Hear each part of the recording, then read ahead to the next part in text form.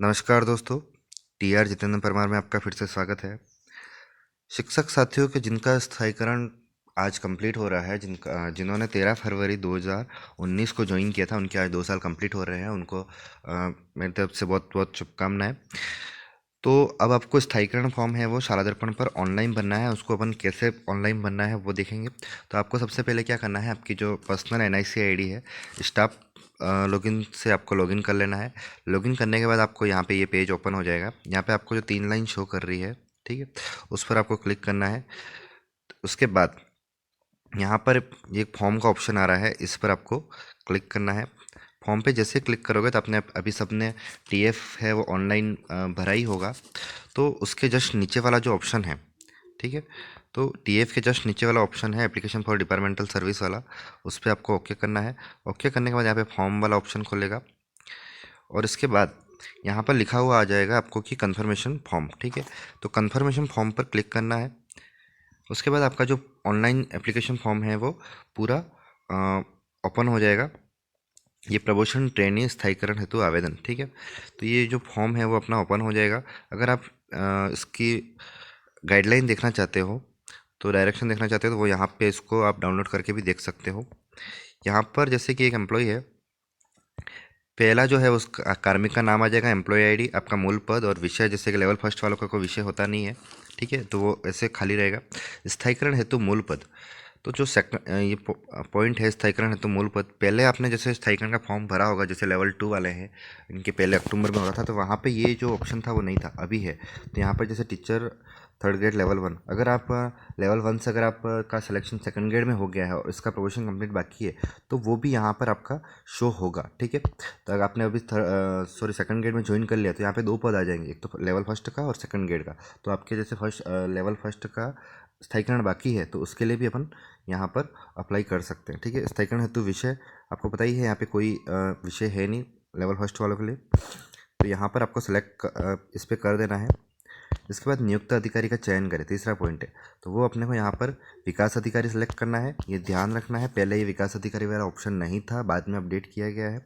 अगर आप 2nd grade हो, ठीक है, तो यहाँ पे संयुक्त निदेशक, और फर्स्ट फर्स्ट ग्रेड हो तो यहाँ पे निदेशक माध्यमिक शिक्षा करना है। और बाकी जैसे किसी की नियुक्ति जिला शिक्षा अधिकारी मुख्यालय प्रारंभिक या माध्यमिक से हुई, तो वो आपको सेलेक्ट करना है। लेकिन यहाँ पे रीट लेवल फर्स्ट वालों के लिए ये है, तो यहाँ पे विकास अधिकारी आपको सेलेक्ट कर लेना है। इसके बाद अपने को जिले का चयन करना है, आपका जो भी जिला हो वो यहाँ पर अपडेट कर देना है। उसके बाद यहाँ पे ब्लॉक का चयन करना है। ये पहले ये वाले ऑप्शन है वो नहीं आ रहे थे, कोई ब्लॉक नहीं आ रहा था। आपने अगर 2018 का लेवल 2 का फॉर्म भरा हो या फिर आपके किसी साथी का ध्यान हो, तो यहाँ पे ऑप्शन नहीं आ रहा था, तो यहाँ पे आपको ब्लॉक सेलेक्ट कर लेना है। जैसे ब्लॉक अपने सेलेक्ट कर लिया। ब्लॉक सेलेक्ट करने के बाद सबसे बड़ी दिक्कत ये आ रही है कि यहाँ पे मेरिट नंबर शो नहीं हो रहा है, तो अब मेरिट नंबर कैसे आएगा वो अपन देख लेते हैं। इसके बाद चयन वर्ग, चयन वर्ग यहाँ पे आ रहा है, लेकिन अगर चयन वर्ग से आपका ये यहाँ पे ये तात्पर्य नहीं है कि आपकी जो कैटेगरी है उससे कोई लेना देना नहीं है। चयन वर्ग से यहाँ पे यह तात्पर्य है कि आपका जो सिलेक्शन हुआ वो किस कैटेगरी से हुआ। जैसे आप एसटी या एससी के हो, तो आपका सिलेक्शन अगर जनरल कैटेगरी से हुआ है, ठीक है, आपने जनरल मेरिट फाइट किया तो यहाँ पे जनरल आएगा, ठीक है। और आपने अगर एसटी के और एसटी में ही हो तो आपको यहाँ पे एसटी आएगा। तो आपको यहाँ पे कास्ट का कोई लेना देना नहीं है आपका। यहाँ पे ठीक है, पिता का नाम आ जाएगा, जन्म दिनांक आ जाएगी, मोबाइल नंबर आ जाएगा, वर्तमान पद पर कार्यकारण तिथि, ये जो डाटा है वो आपका जो सेवा विवरण है प्रपत्र 10 के अंदर, वहाँ से उठाया जाएगा। तो सेवा विवरण वाला जो टैब है वो पूरा कंप्लीटली भरा होना चाहिए, ठीक है। मध्याह्न पूर्व अगर आपकी जो कार्यग्रहण जो एप्लीकेशन है उसमें विद्यालय समय में लिखा हुआ है तो पूर्व करना है। अगर आपने यहाँ मध्याह्न पश्चात ज्वाइन किया है, तो आपको ये ध्यान रखना है, मध्याह्न पश्चात क्या ज्वाइन किया तो उस दिन का ना तो आपको पेमेंट मिलता है ना वो दिन काउंट होता है, ठीक है, बस वो ज्वाइनिंग डेट आती है बस, ठीक है। तो अगर मध्याह्न पश्चात ज्वाइन किया है तो आपकी जो स्थायीकरण तिथि है वो एक दिन आगे बढ़ जाएगी। जैसे आपने 13 फरवरी 2019 को ज्वाइन किया है, ठीक है, तो अगर आपने मध्याह्न पश्चात किया है तो वो 14 फरवरी 2021 हो जाएगा, ठीक है। तो यहाँ मध्यम पूर्व किया है, तो स्थायीकरण पर जो डेट आएगी वो कौन सी आएगी, 13 13 फरवरी 2021 ही आएगी, ठीक है, क्योंकि इन्होंने मध्यम पूर्व ज्वाइन किया है। अनवरत कार्यरत है तो हाँ, ठीक है।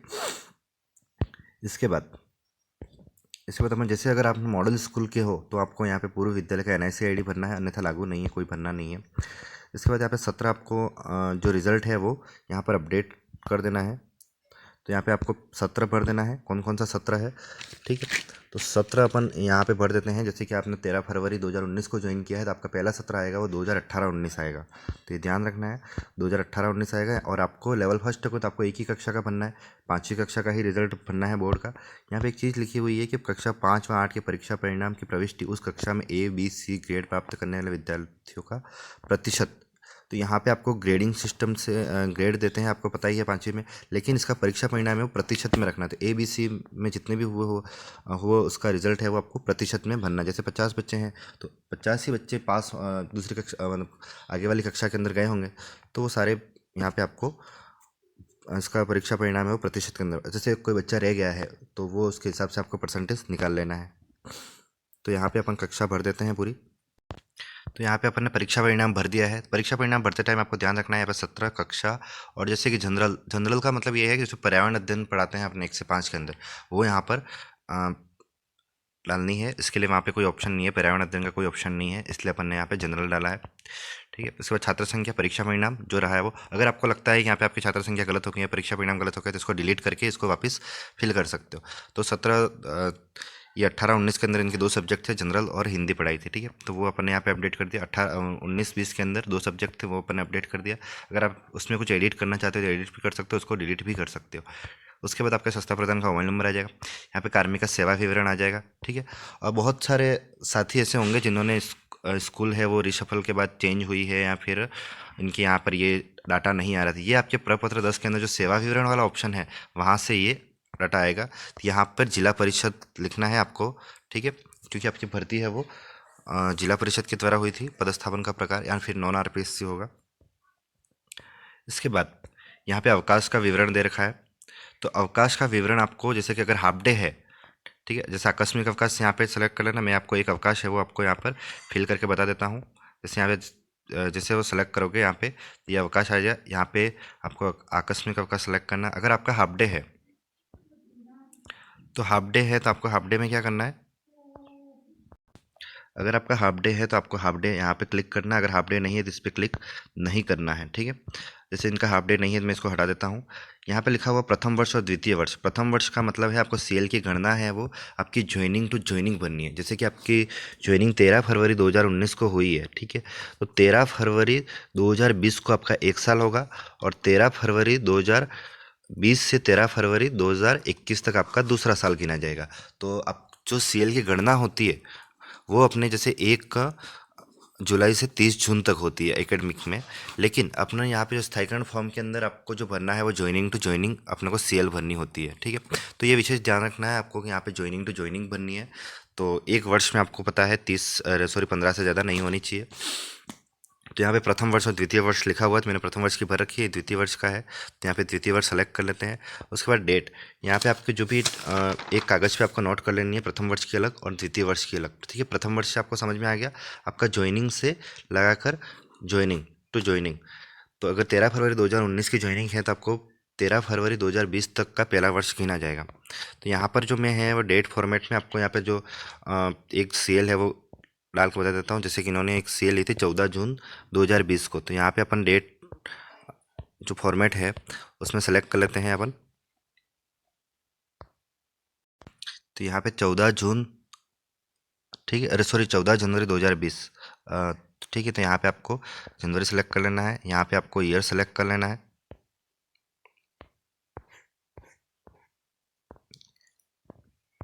ईयर सेलेक्ट करने के बाद आपको जो डेट है वो यहाँ पर फिल कर लेनी है। यहाँ पे जनवरी सेलेक्ट कर लेना है। तो ये 14 जनवरी 2020। अब यहाँ पर जैसे अगर आपने 1 दिन की CL ली है तो यहाँ पर डेट भी वो डेट फॉर्मेट में वही डेट आएगी। अगर आपने 2 दिन की ली है तो वो उसके बाद वाली डेट आएगी। तो ये ध्यान रखना है आपको। तो ठीक है, तो यहाँ पर वापस ये वापस हो गया, इसको द्वितीय डेट वापस अपन डाल देते हैं एक बार, तो 14 जनवरी 2020। और उसके बाद यहाँ पर आपको जो डेट है वापस वही डेट डाल डाल देनी है ताकि 1 दिन का CL आ जाए। तो यहाँ पे शो भी करेगा आपको कि सबसे पहले आपको ईयर सेलेक्ट करना है, इसके बाद आपको यहाँ पे मंथ सेलेक्ट कर लेना है, और 1 दिन की CL है तो यहाँ पे तो ये पेज रिफ्रेश होकर वापस आ जाएगा। यहाँ पर बता भी देगा कि आपकी एक दिन की होगी, ठीक है। यहाँ पे देखो ये एक दिन बता देगा। अगर आपकी 2 दिन की है रेगुलर तो यहाँ पे 15 तारीख आ जाएगी, तो यहाँ पे 2 दिन बता देगा। और सीएल में आपको कोई भी डॉक्यूमेंट यहाँ पे अटैच सेव कर देना है। तो ये प्रविष्टि को सफलतापूर्वक सेव कर दिया गया, ऐसा आ जाएगा। अब यहाँ व्यू अटैचमेंट आ रहा है, पर कोई दिक्कत नहीं है। आपको कोई भी ऑर्डर अपलोड नहीं करना है, पहले बात ये ध्यान रखना है, सीएल के अंदर कोई भी ऑर्डर अपलोड नहीं करना है। तो अब आपने जो सीएल है वो अपने डाल दी, लेकिन जैसे अगर किसी ने प्रसूति अवकाश लिया है या पितृत्व अवकाश लिया है तो उसके अंदर आपको ऑर्डर अपलोड करना है, ये कंपलसरी है, ये आपको ध्यान रखना है। अगर आपने WPL ली है, ठीक है, तो अवैतनिक अवकाश लिया है तो उसका भी ऑर्डर अपलोड करना है। अब प्रसूति अवकाश में आपको कौन सा ऑर्डर अपलोड करना है? प्रसूति अवकाश में वो ऑर्डर आपको अपलोड करना है जो आपने एप्लीकेशन दी होगी पीओ को, तो पीओ ने अप्रूव किया होगा कि आपकी जो 180 दिन का जो अवकाश है वो अप्रूव किया जाता है, तो वो एप्लीकेशन आपको पीडीएफ बनाकर यहाँ पे अपलोड करनी है।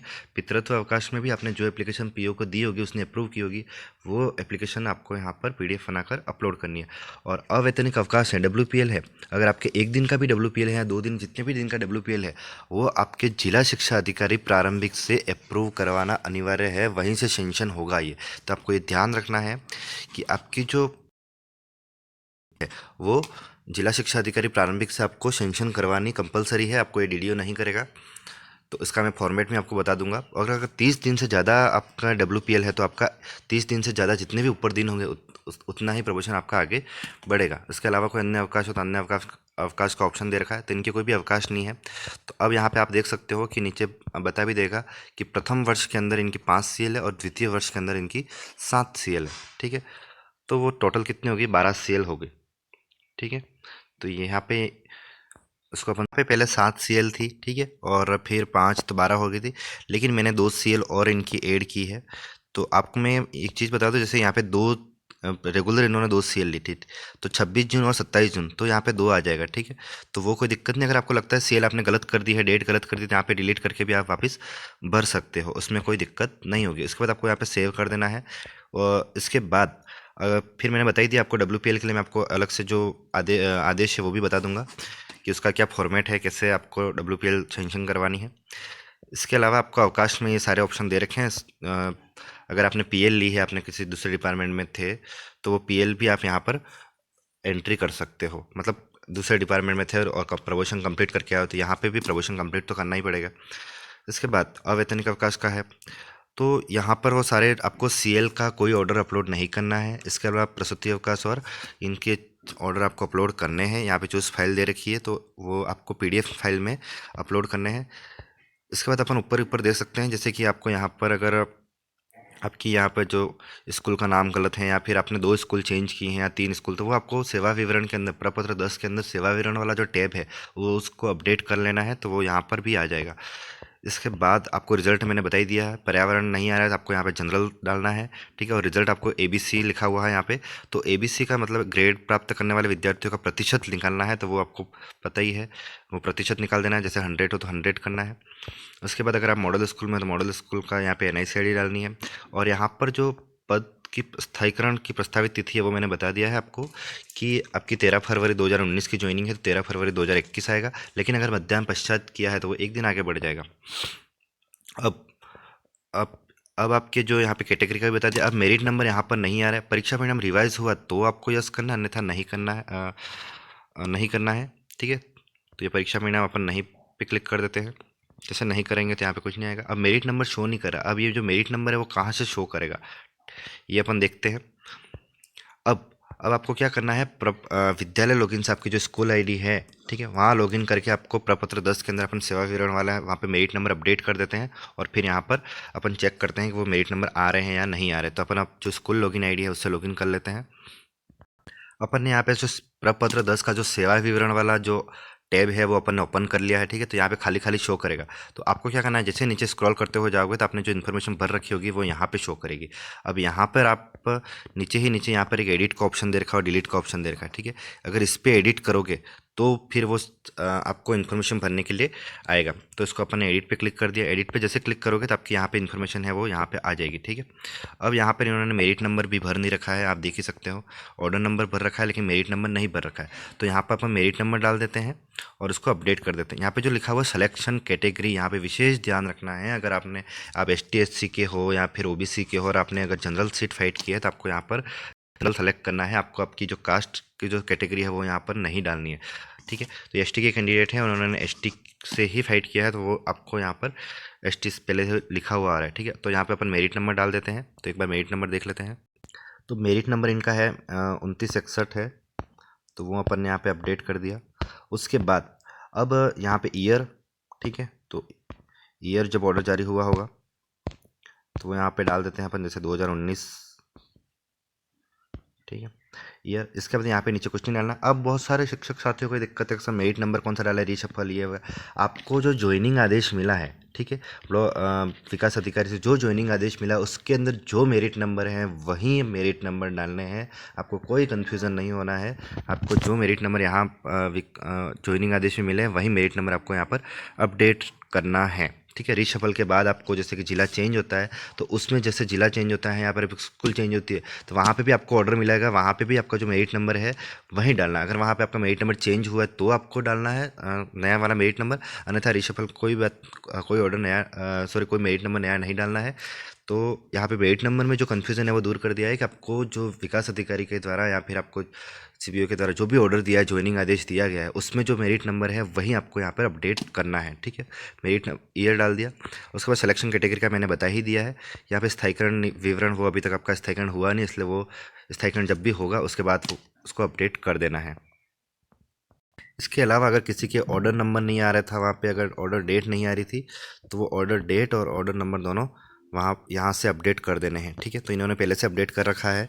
अगर आपके नहीं आ रहा हो तो वो आपको यहाँ से अपडेट करने हैं। और टाइप ऑफ पोस्टिंग में यहाँ पे जिला परिषद या फिर नॉन RPSC कर सकते हो आप, दोनों चीज़ें हैं यहाँ पे, ठीक है। यहाँ पे नॉन RPSC भी होगा या नॉन RPSC भी होता है, क्योंकि ये एग्ज़ाम है वो RPSC नहीं करवाती है। तो इसको आप इसके बाद ये रिव्यू रिवीजन वाला भी कर सकते हो, जिस कोई डेपुटेशन है तो डेपुटेशन, ठीक है। Transfer on same post, transfer on again post, जो भी आपके यहाँ पर है ऑर्डर में वो देख सकते हो। तो यहाँ पे इनके जैसे कि टाइप ऑफ पोस्टिंग है वो जिला परिषद के द्वारा हुई है तो जिला परिषद कर सकते हो, यहाँ पे नॉन RPSC, दोनों में से कोई भी सेलेक्ट कर सकते हो, इसमें कोई दिक्कत नहीं है। यहाँ पर कार्यकरण समय है वो मध्याह्न पूर्व। अगर आपके एप्लीकेशन में विद्यालय समय लिखा हुआ तो मध्याह्न पूर्व करना। अगर मध्याह्न पश्चात आपने ज्वाइन किया है और वहाँ पे जो कार्यकरण वाले जो एप्लीकेशन है उसके अंदर मध्याह्न पश्चात लिखा हुआ है तो मध्याह्न पश्चात यहाँ पर आपको अपडेट करना है, ठीक है। टू कंटिन्यू आ जाएगा, अभी तक आपकी सर्विस कंटिन्यू है। लेकिन अगर आपने स्कूल चेंज कर दिए तो यहाँ पर आपको दूसरी स्कूल कैसे भरनी है। अब एक ही स्कूल आपकी शो करिए, वो दूसरी स्कूल या पुरानी वाली स्कूल शो नहीं कर रही है, तो उसके लिए बस आपको क्या करना है, यहाँ पे इसको मैं सेव कर दूंगा, उसका पूरा खाली इन्फॉर्मेशन खाली पेज आ जाएगा। तो उसको आप यहाँ पर आपकी जहाँ जब से दूसरे स्कूल में ज्वाइन किया वो डेट आ जाएगी, और पुराने स्कूल में आपने जब सॉरी फ्रॉम डेट मतलब जहाँ से आपने पुराने स्कूल में रिलीव किया वो डेट आ जाएगी, टू डेट, ठीक है। उसके बाद यहाँ पे मध्याह्न पूर्व रिलीव किया था, मध्याह्न पश्चात, वो सारी चीज़ें यहाँ पे अपडेट करने के बाद आप इसको सेव कर देंगे तो वो स्कूल आपको वहाँ पर शो हो जाएगी। तो अब अपन इसको सेव कर देते हैं। सेव जैसे ही करेंगे, ठीक है, ये सेव कर दिया है मैंने इसको। सेव करने के बाद आपको क्या करना है, आप जैसे सेव करने जाओगे तो ये सेव नहीं होगा, यहाँ पे आएगा प्लीज़ सेलेक्ट पंचायत नेम, ठीक है। तो आप जब भी सेव करने जाओ तो पहले एक बार वापस से आपको पंचायत का नाम है वो सेलेक्ट कर लेना, तभी ये सेव होगा। बहुत सारे साथियों की दिक्कत आती है, जैसे लेवल 2 में भी दिक्कत आ रही थी, जैसे हम सेव कर रहे हैं तो सेव हो नहीं रहा है। तो आप जैसे सेव करोगे तो पूरी इन्फॉर्मेशन बनने के बाद उसको जैसे सेव करोगे तो पंचायत का नाम एक बार और सेलेक्ट करना है, उसके बाद ही होगा, ठीक है। तो स्टार लगा रखा है तो यहाँ पे पंचायत है वो मैं यहाँ पे सेलेक्ट कर लेता हूँ, ठीक है। अब ये सेव हो जाएगा। तो ये ध्यान रखना है आपको, जो स्टार लगा है उसको तो बनना ही बनना है।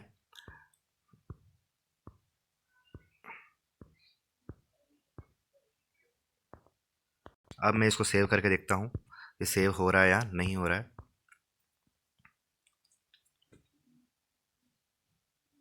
ठीक है, please select national profit yes और नो। अब ये भी नया ऑप्शन जोड़ा गया है तो इसको भी अपने को अपडेट करना पड़ेगा। तो वो कहाँ से होगा, यहाँ पे लिखा हुआ है क्या आप नेशनल लाभ मिला है, तो यहाँ पे नहीं, आपको कोई नेशनल लाभ नहीं मिला है, नहीं। ठीक है, अब सेव करते हैं।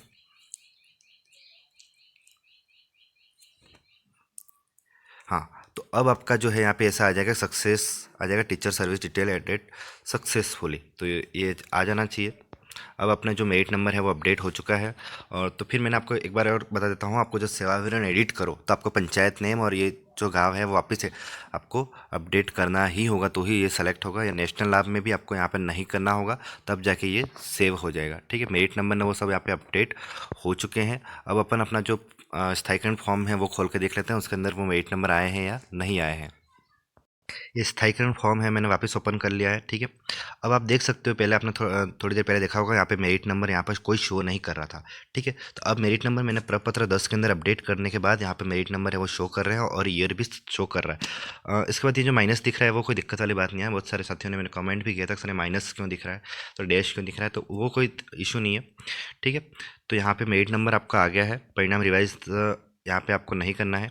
ठीक है, अगर आपका परिणाम रिवाइज हुआ है तो हाँ करना है, अन्यथा नहीं करना। चयन वर्ग इनका आय पहले से सही था। अगर आपका चयन वर्ग गलत है तो आप प्रपत्र 10 के अंदर मैंने बता दिया था कि आपको कैसे उसको अपडेट करना है। तो सबसे दिक्कत थी कि इनकी मेरिट नंबर नहीं था, वो आ गया है। ठीक है, तो आपको कैसे अपडेट करना है आपने देख ही लिया होगा। यहाँ पे विकास अधिकारी आपको सेलेक्ट करना है। इसके अलावा मध्यम पूर्व पहले से आ रहा है, अगर आपके नहीं आ रहा है तो यहाँ पे आपको सेलेक्ट कर लेना है और प्रपत्र 10 के अंदर भी अपडेट करना है। प्रपत्र 10 के अंदर आपका जो सेवा विवरण वाला टैब है उसको आपको बिल्कुल ही अपडेट रखना है, उसके अंदर सारी इन्फॉर्मेशन आपको भर देनी है, तो आपको कोई भी दिक्कत नहीं आएगी। ठीक है, परीक्षा परिणाम मैंने बता ही दिया है। अब अपन देखते हैं उसको सेव कर देते हैं। सेव करने के बाद अब इसको सेव कर दिया, प्रविष्टि को सफलतापूर्वक सेव कर दिया है। फाइनल सबमिट करने से पहले यहाँ पे ऊपर ही ऊपर देख सकते हो व्यू का ऑप्शन आ रहा है, इस व्यू पे अपन ओके करते हैं। व्यू पे अपन जैसे ही ओके करेंगे तो यहाँ पर आपका जो फॉर्म भरा हुआ है वो आ जाएगा, आपका जो आवेदन क्रमांक है वो भी यहाँ पर आ रहा है। ठीक है, तो आपको यहाँ पे अच्छे से चेक कर लेना आपकी कोई जो इन्फॉर्मेशन है वो गलत तो नहीं होगी। देखो यहाँ पे मेरिट नंबर भी शो कर रहा है, चयन वर्ग विकास अधिकारी। ठीक है, तो जन्म दिनांक अगर कोई इसके बाद पद पर नियमितीकरण वेतन नियमितन 13 फरवरी 2021, ये भी सही है। कोई इनके मॉडल स्कूल में कोई नियुक्ति नहीं रही है। परीक्षा परिणाम भी आ रहा है। इसके अलावा यहाँ पर जो इन्फॉर्मेशन है वो भी सब सही आ रही है। ठीक है, यहाँ पर जो जिला परिषद है, ठीक है, क्योंकि इन जो रेट की जो भर्ती है वो नॉन आरपीएससी होती है, तो आप नॉन आरपीएससी या जिला परिषद दोनों में से कोई भी कर सकते हो, उसमें कोई कन्फ्यूज़न नहीं होना है। अगर आपकी स्कूल चेंज हुई है तो यहाँ पे 2 स्कूल आएगी, ध्यान रखना है, यहाँ पे 2 स्कूल आएगी। अगर आपकी स्कूल चेंज हुई है तो वो प्रपत्र 10 के अंदर सेवा विवरण वाला टैब है उसके अंदर जाके आपको अपडेट कर देना है। तो कंटिन्यूस के अंदर आपने जब वो स्कूल रिलीव की होगी पहली वाली, वो डेट यहाँ पे आ जाएगी, और सेकंड के अंदर जो डेट आपने कब से तो जब ज्वाइन किया होगा तब से आएगी, और यहाँ पर आपका कंटिन्यूस आ जाएगा सेकंड स्कूल में। ठीक है, इसके बाद अवकाश का मैंने बता ही दिया है। अवैतनिक अवकाश का मैं अभी बता देता हूँ। इनकी टोटल है 15 अवकाश, सॉरी 17 अवकाश हैं टोटल, वो यहाँ पर शो कर रहा है। ठीक है, कार्मिक के हस्ताक्षर नाम और ये एप्लीकेशन ट्रैक अभी तक इन्होंने सबमिट नहीं किया है, इसलिए ऐसा आ रहा है। बहुत सारे साथियों की दिक्कत आ रही है कि सर ये जो सेवा संतुष्टि प्रमाण पत्र है पीओ के द्वारा वो आपको अपलोड करना है कि नहीं करना है, तो कोई भी सेवा संतुष्टि प्रमाण पत्र अपलोड नहीं करना है। पीओ जब आपका फॉर्म है वो अप्रूव कर देगा, ठीक है, तो ऑटोमेटिक ही सेवा संतुष्टि प्रमाण पत्र है वो जनरेट हो जाएगा। इस आपको कोई भी डॉक्यूमेंट अपलोड नहीं करना है, ये बात आपको क्लियर कर देना है। और ना ही कोई फाइल जमा करवानी है, ना ही कोई डॉक्यूमेंट अपलोड करने हैं, वो आदेश भी मैं आपको अभी बता देता हूँ। और सिर्फ आपको जैसे प्रसूति अवकाश है या पितृत्व अवकाश कोई लिया है तो वो आपको अपलोड करना है, बाकी इसके अलावा कोई भी डॉक्यूमेंट अपलोड नहीं करने हैं। उसके बाद आपने पूरा फॉर्म सेव कर दिया। उसके बाद अगर आपका पूरा फॉर्म बिल्कुल ही सही है तो आपको यहाँ फाइनल सबमिट पे क्लिक करना है। आपके ऊपर जो आपका मोबाइल नंबर शाला दर्पण के अंदर अपडेट है, ठीक है, उसके अंदर एक ओटीपी आएगा और उस ओटीपी को डालना है और वो सबमिट कर देना है। तो ये आपका जो फॉर्म है वो पीओ को फॉरवर्ड हो जाएगा। ठीक है, अब उस पीओ को फॉरवर्ड हो जाएगा। उसके बाद आपको ट्रैक कैसे करना है मैंने एक वीडियो बना रखा है, वो डिस्क्रिप्शन बॉक्स में इसके लिंक दे दूंगा, वहाँ से आपको पता पड़ जाएगा कि जो आपके एप्लीकेशन नंबर है, ठीक है, उससे आप कैसे ट्रैक कर सकते हो। मैं इसमें ट्रैक करने का भी बताऊंगा आपको। इसके बाद आप जैसे मैंने WPL का बताया था तो वो आदेश मैं आपको बता देता हूँ। तो ये निदेशालय राज्य बीमा एवं प्रावधि निधि विभाग राजस्थान जयपुर द्वारा एक आदेश निकाला गया था कि जो प्रमोशन पीरियड में है उनके असाधारण अवैतनिक अवकाश के संबंध में। ठीक है, तो ये आप आदेश पूरा पढ़ सकते हो। पर यहाँ पर आपको जो मेन बात यह है कि आपको जो आप यहाँ पे एक और ऑर्डर भी लिखा हुआ ऑर्डर भी है कि आपका 30 दिन का जो अवैतनिक अवकाश है वो आपका जो ज्वाइनिंग जिसने दिलाई है डीओ, ठीक है, वो अप्रूव करेगा। उसका 30 दिन से ज़्यादा है तो आपको उसकी अथॉरिटी विभाग से लेनी पड़ेगी। और इसके जो एप्लीकेशन फॉर्म है इसका जो ये और पूरा देख सकते हो, आवेदन पत्र है अवैतनिक अवकाश को, ये पूरा आवेदन पत्र है। तो यहाँ से अगर आपने WPL ले रखी है, सॉरी लेनी है, आपको उसको सेंक्शन कैसे करवाना है, ये जो पूरा फॉर्मेट है वो आप देख सकते हो। ये पूरा भर के आपको DDO को जमा करवाना है।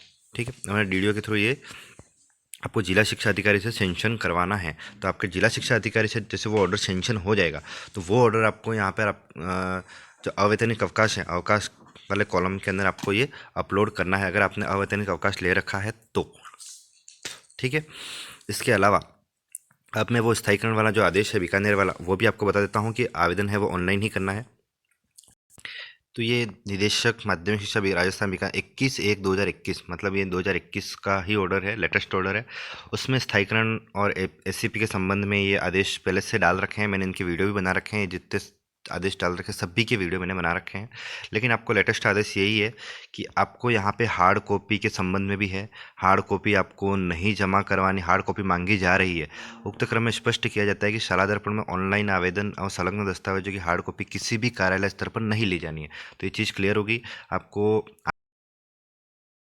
जमा नहीं करवानी है। ठीक है, इसके अलावा कुछ भी अपलोड नहीं करना है। अगर आपने अवकाश ले रखे हैं तो वो चीज़ आपको आपके स्टाफ लॉगिन से ही अपलोड होगी, इसके अलावा कहीं से अपलोड नहीं होगी। तो बाकी सारी चीज़ें आपको देख सकते हो। यहाँ पे स्थायीकरण से पूर्व जिला या मंडल परिवर्तन होता है तो उसके बारे में भी स्पष्ट क्लियर किया गया है कि अगर आपका जिला चेंज हो जाता है, ठीक है, तो आपका जो स्थायीकरण होगा वो कैसे होगा। यदि किसी कार्मिक का स्थायीकरण आदेश जारी होने से पूर्व स्थानांतरण उच्च पद में चयन होने के कारण जिला मंड पदस्थापित हो रहे थे, जिस उस जिले का स्थायीकरण आदेश शाला दर्पण पोर्टल से ऑनलाइन आवेदन द्वारा ही किया जाएगा। शाला दर्पण स्थायीकरण व SCP का ऑनलाइन आवेदन सबमिट करने पर वर्तमान पद और पदस्थापन स्थान के अनुसार स्वतः ही सक्षम कार्यालय हेतु अग्रेसित होता है। ठीक है, ऐसे प्रकरण जिनमें निस्तारण कार्यालय हेतु अन्य कार्यालय को भिजवाया जाना है उनके संबंध में वर्तमान पद के अनुसार सक्षम कार्यालय स्तर पर पेंडिंग प्रदर्शित होने पर शाला दर्पण अनुभाग बीकानेर की मेल ID जो है, आवेदन क्रमांक, नाम, पद, वर्तमान में पेंडिंग कार्यालय का नाम, जहां से प्रकरण निस्तारित होना है उस कार्यालय का नाम, विवरण भेजकर निर्धारित कार्यालय को भेजे जाने हेतु सूचित करें। अगर आपकी ऐसी कोई दिक्कत आती है पूर्व जिला या मंडल परिवर्तन वाली, तो वो आपको ये लाइन पढ़ लेनी, तो आपको जो सारी चीज़ें है वो क्लियर हो जाएगी। ठीक है, इसके बाद वर्तमान पद से पूर्व का स्थायीकरण, उसके बारे में भी यहाँ पे पूरा आपको बीकानेर की मेल ID दे रखी है, वहाँ पर आपको संपर्क करना है। और रिशफल के बारे में भी यहाँ पे दे रखा है।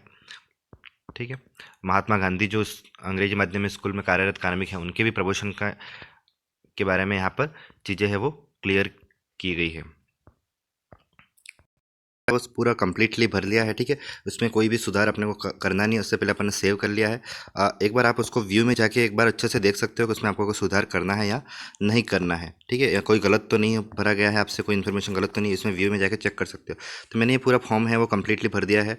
ठीक है, आपको मेरिट नंबर कहाँ से मिलेंगे वो आपको पता पड़ ही गया, जो आपका जो ज्वाइनिंग आदेश है उसी के अंदर वाला जो मेरिट नंबर है वही आपको अपडेट करने हैं।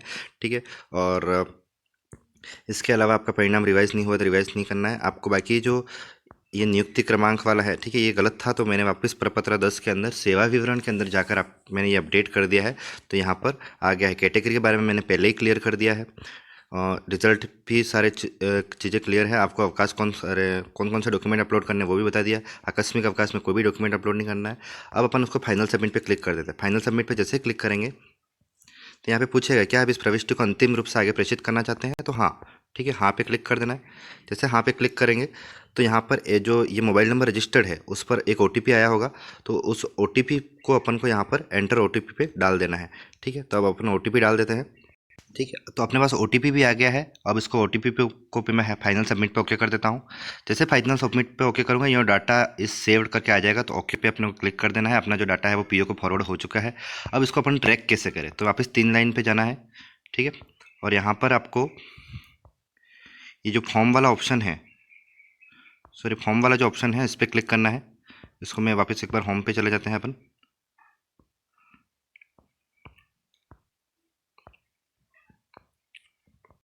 अब अपन ट्रैक कैसे करेंगे इसको, तो अपन आप जैसे ही अपन ने फाइनल सबमिट कर दिया, पीओ को फॉरवर्ड कर दिया, तो अपन यहाँ व्यू पे क्लिक करेंगे। जैसे व्यू पे क्लिक करेंगे तो आपको नीचे ही नीचे ट्रैकिंग का ऑप्शन, पहले ये नहीं होता था, लेकिन अब इन्होंने सिस्टम चेंज कर दिया है, तो एप्लीकेशन ट्रैक का यहाँ पर पहले से ही आ रहा है। ठीक है, तो मैं यहाँ पे व्यू करके वापस से एक बार दिखा देता हूँ आपको। तो अपन ने व्यू फॉर्म पे जैसे क्लिक किया तो यहाँ पे नीचे ही नीचे एप्लीकेशन ट्रैक का ऑप्शन आ रहा है। ठीक है, पहले से ही। तो यहाँ पर जैसे एम्प्लॉय के द्वारा भर दिया गया एप्लीकेशन फील्ड, ठीक है, 13 तारीख को भर दिया गया है। और यहाँ पर जो आपका पीओ है वहाँ पर अभी तक पेंडिंग है, वो आपको शो करेगा। अगर जैसे यहाँ से अप्रूव हो जाएगा तो यहाँ पर भी जो है वो अप्रूव शो करेगा। ठीक है, तो अगर आपको यहाँ से भी फॉर्म नहीं खुल रहा है तो आपको वापस यहाँ पे जो 3 लाइन वाले जो शो कर रहा है फॉर्म पे क्लिक करना है, और यहाँ पे एप्लीकेशन डिपार्टमेंट पे जैसे क्लिक करोगे आप तो वहाँ पे फॉर्म वापस आ जाएगा। तो यहाँ जैसे कि ऊपर ऊपर एप्लीकेशन ट्रैक का ऑप्शन आ रहा है। ठीक है, तो यहाँ पे ट्रैक पे जैसे क्लिक करोगे तो आपको आपका जो एप्लीकेशन फॉर्म है वो भी आप यहाँ से भी ट्रैक कर सकते हैं। यहाँ पे सिलेक्शन में आपको कन्फर्मेशन फॉर्म पे क्लिक करना है और यहाँ पे गो में जाना है, और देखो आपको यहाँ पे भी आपको शो कर रहा है। ठीक है, तो आपने फॉर्म है वो भर दिया है और यहाँ पर पीओ लेवल पे पेंडिंग है। और पीओ से जैसे अप्रूव हो जाएगा वो डीओ लेवल पे जाएगा, ये सीबीओ को नहीं जाएगा। अगर आपका कोई गलत हो गया है तो पीओ वो रिजेक्ट मार्क कर आपको वापस भी फॉर्म सुधार सकते हो, अगर कोई फॉर्म में कोई गलती हो गई है तो। अगर आपको फॉर्म है वो डीओ पे फॉरवर्ड हो जाता है तो डीओ से भी आपको फॉर्म रिजेक्ट करवा कर वापस वो आएगा पीओ पर, पीओ से वापस एम्प्लॉय पर आ जाएगा। ठीक है, तो ये पूरा मैंने कम्प्लीटली आपको पूरा बता दिया है कि आपको फॉर्म कैसे सबमिट करना है, कैसे अप्रूव करना है। ठीक है, और इसके बाद आपको पीओ से अप्रूव, जैसे फॉर्म अप्रूव हो जाएगा तो सेवा संतुष्टि प्रमाण पत्र है वो ऑटोमेटिक ही जनरेट हो जाएगा।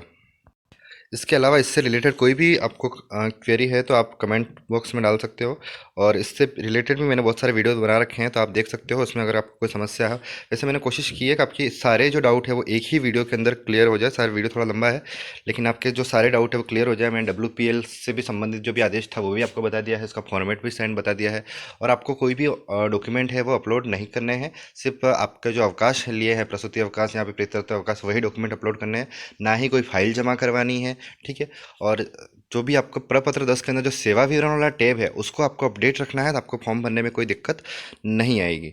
ठीक है, तो धन्यवाद दोस्तों।